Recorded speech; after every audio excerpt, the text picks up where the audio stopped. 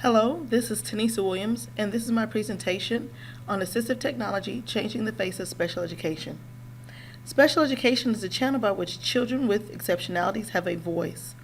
In the school, in the community, and at home, special educators help children with special needs learn how to communicate and function in the real world. Assistive technology is a function of special education, and it helps to assist, pun intended, with that communication and with ongoing advances in technology. The role that assistive technology, from now on to be called AT, plays in special education is about to change in a major way. This presentation is going to take a look at AT from misconceptions from years past to present use, and finally a look at what the future may look like in years to come,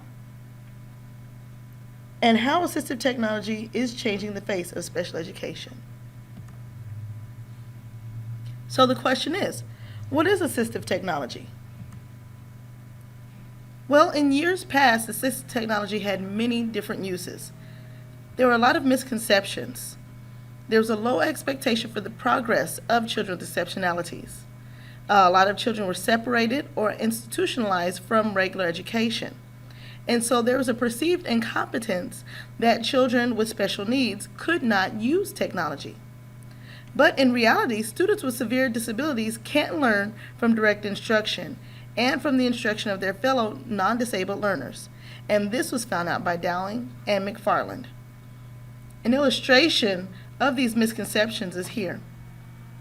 Most people think that assistive technology is just a computer, and that computers in the classroom are used by gifted students. And that just is not the case. Now, a formal definition of assistive technology is from IDEA. In general, the term assistive technology or a technology device means any item, piece of equipment, or product system, whether acquired commercially or off the shelf, modified or customized, that is used to increase, maintain, or improve functional capabilities of a child with a disability. Well, what does that mean? Well, Gibson, Carnival, and King felt that technology offers a route to addressing disabled impairments in the lives of disabled people. And that's what assistive technology does. It helps disabled people improve their lives in the different areas of their impairment. Now, the most known tools in assistive technology are items such as these. These are tools that are used to assist children in their disability be able to use the same equipment that non-disabled students use in a classroom. A list of tools are alternative keyboards, input devices, pointing devices, joysticks, pencil grips, different kinds of grips, keyboard filters that help students feel through the keyboard, screen enlarger for students who are visually impaired, light signalers that allow students to follow the light and go to different places on their technology, text-to-speech or speech synthesizers, and large print word processors and braille embossers.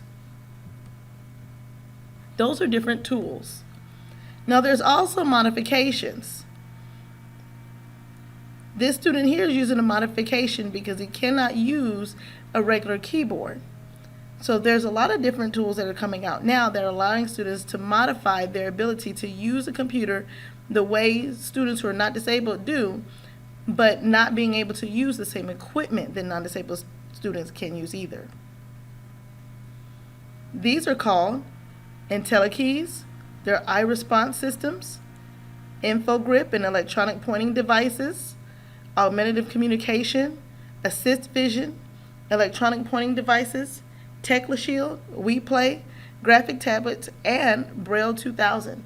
And Braille 2000 is really making a way for students who are blind to be able to use their Braille and still get information off the internet. Now, in using assistive technology, especially in the classroom, there's a lot of things that need to be considered. There are legal requirements of the use of technology and also the ease of access, because there are some students whose disabilities do not allow them to get easily accessible technologies. Here's an example. Now here's a student who is using technology and it is in their classroom. Their disability allows them to not have any arms, so they have to use their feet. Well, what this means is that we'll need a teacher or trainer to train the student how to use the equipment first, and then get with the general educator so that they can look up the information that is needed. Chambers said the law states that all children identified as having an exceptional education need must be considered for assistive technology, but there are no guidelines that clearly define what that consideration is. In my research, even here in the state of Alabama, there's a lot of assistive technology that is available for students in the elementary ages, where they're at the size and the ability to be able to use new features. But then as students continue on and progress in their age and go into middle school and on to high school, because of the transitioning out of the school life and into real life, there's a lot of assistive technology that's not out there. And because it is not clearly defined, there are some students who do not get access to it. And there are some schools that will use the legal ramifications of not having a clear definition as a reason to not being able to provide those tools to those students. Ease of access. As you can see here, we have a student whose bed has to be modified because they are bedridden. And to be able to find the equipment and make sure it is installed properly so this student can safely use this technology in their current disabled position and also have access to the same things that students in their general education classroom would have.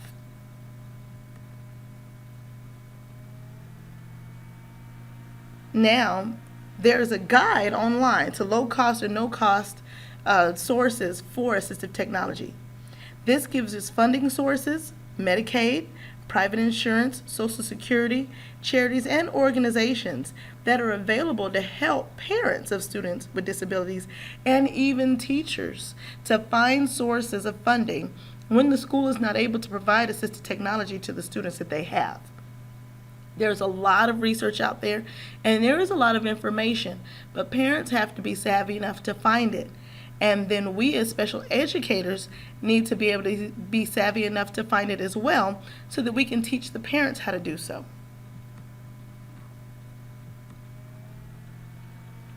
Future possibilities. Assistive technology is really changing. Right now, the use of the iPad was something that was not heard of 10 years ago. But now there are some schools where there is a 1-to-1 iPad to student ratio.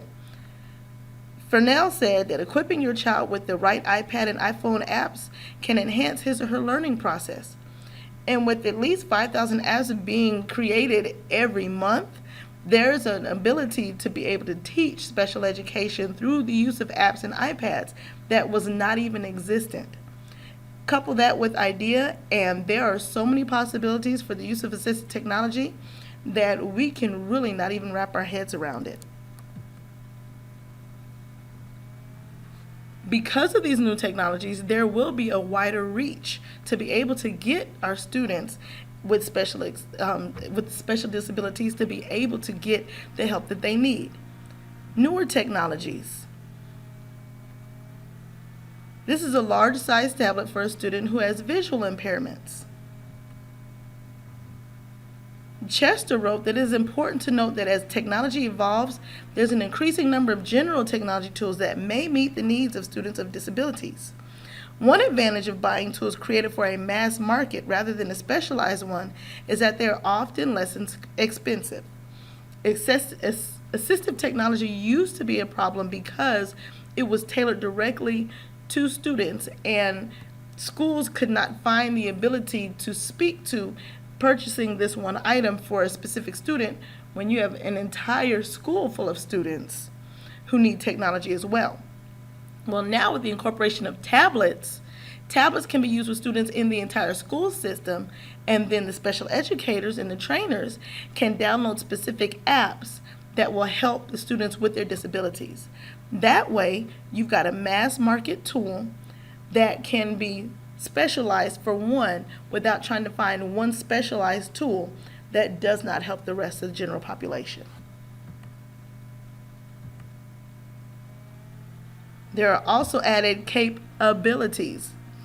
They have apps now that are really being focused on, and to where there's a section in the App Store for Apple that is just for special education, and that section is growing every day. There are 7 specific apps for the iPad that are tailored specifically to students with disabilities. Here's a list of them. There's Speak It, Read to Go, Dragon Dictation, Notability, Talking Calculator, Virtual Manipulatives, and Draw Free for iPad. Fennell found this, and it has a list available online.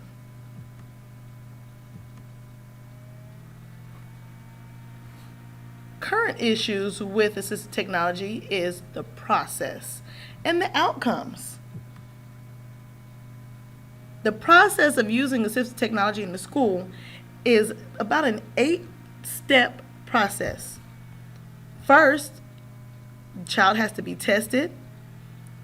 It has to be seen how a child's need is currently being met. Is the current intervention that they have working? Review the evidence to see so. Then discuss trials and the length of service. We also need to know if the team is knowledgeable of other technologies that are available. Develop a plan with additional assistance, and then continue to check this as an ongoing process. And with the changes in technology, this can actually be a very lengthy process. So it would take a team of people to be able to get this information to the students and to the parents working with the students.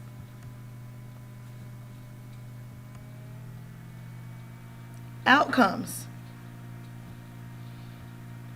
We have a student using technology here that was not available just a few years ago. So the outcome is this student is able to transition into a working environment from equipment that he was able to use at school. Eddie Byrne Smith found that little is currently known about the decision making associated with assistive technology outcome data. If several professionals reviewed the same data set, would they all conclude that the same assistive technology devices and services be used to enhance the child's performance? That is one of the issues that is coming up with assistive technology. And that is one of the subjects that need to be addressed in guidelines so that it is not left up to the users, it's not left up to the schools, but there's a clear definition, just like with IDEA, so that assistive technology can be provided as a service to our students.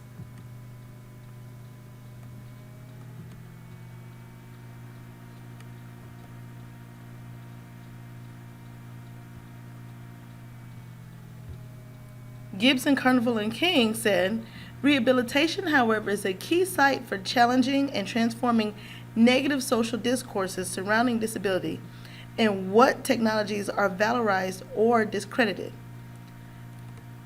Assistive technology is not going to be the complete answer for every child with disability. Every child with disability is not going to be receptive to the use of assistive technology.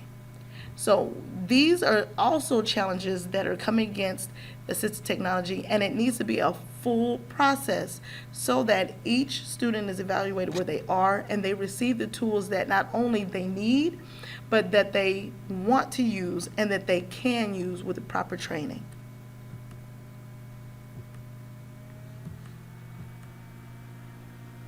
Purpose. We must always remember why we do this and who. We must keep in mind that assistive technology assessment is an ongoing process, and it is critical to periodically reevaluate the system to find a match, even after a tool has been selected. With the changes in technology, as Raskin said, there may be another one that comes out that may be able to even more meet the needs of our students. So this process really has to be checked and balanced. And why?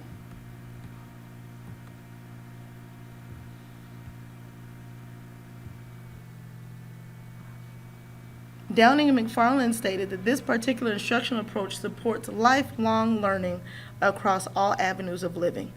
Our students don't just use technology on a when I come to school basis. The technologies that we're talking about are things that can help them not only at school but at home, at the doctor's office, with their everyday living, and then transitioning out into the real world after school. The things that they learn through assistive technology in school can prepare them for life.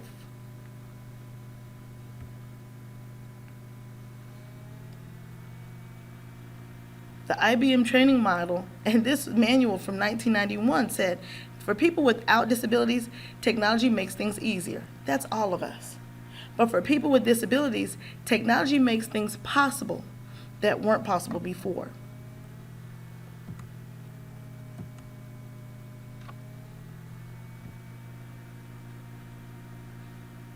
Here's an example of what assistive technology can do for a student.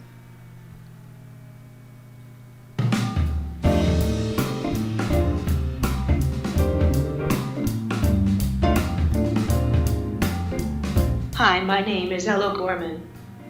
I am 14 years old. I like to go shopping at the mall. I have two brothers named Cole and Carter.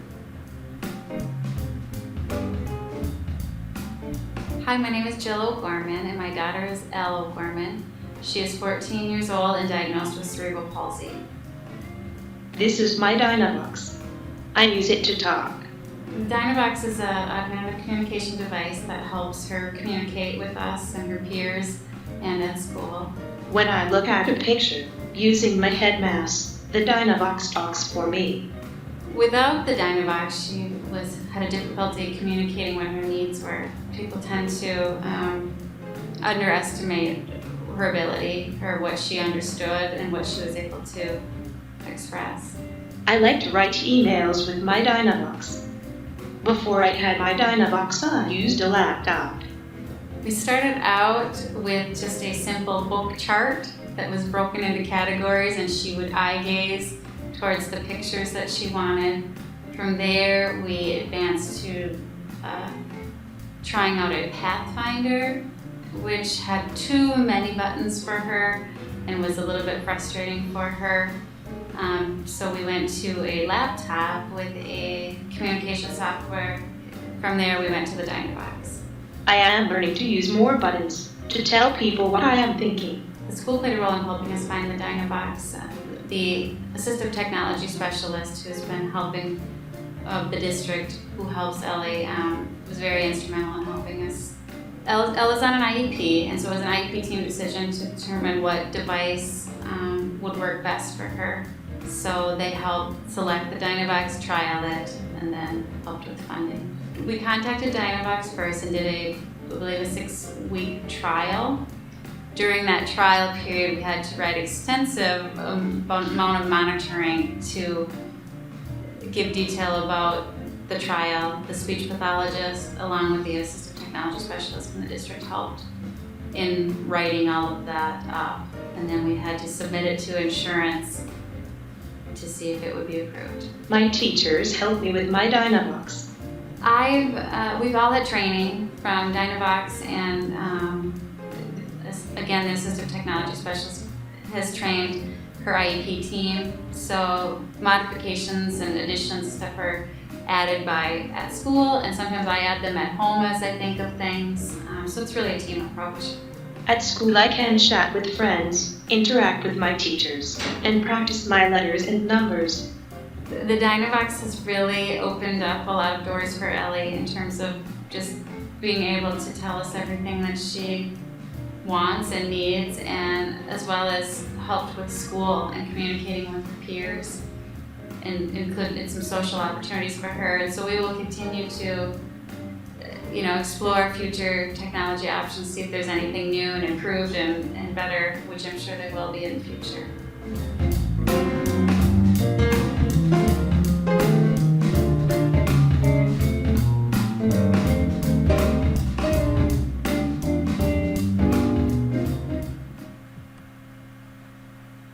That is the face of why we have assistive technology.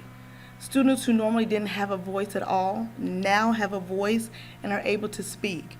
Imagine going to the doctor's office and being able to let the doctor know exactly how you're feeling instead of people assuming.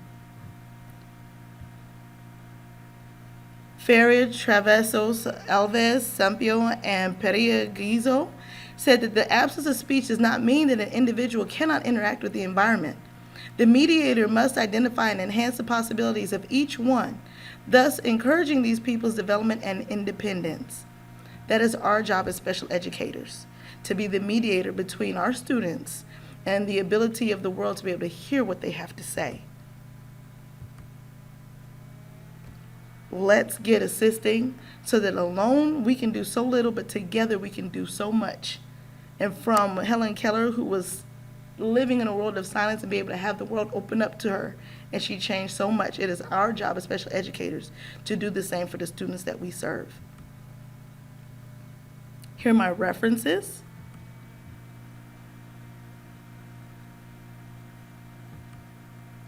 And here are some websites that help in assistive technology. Thank you for your time, and have a good day.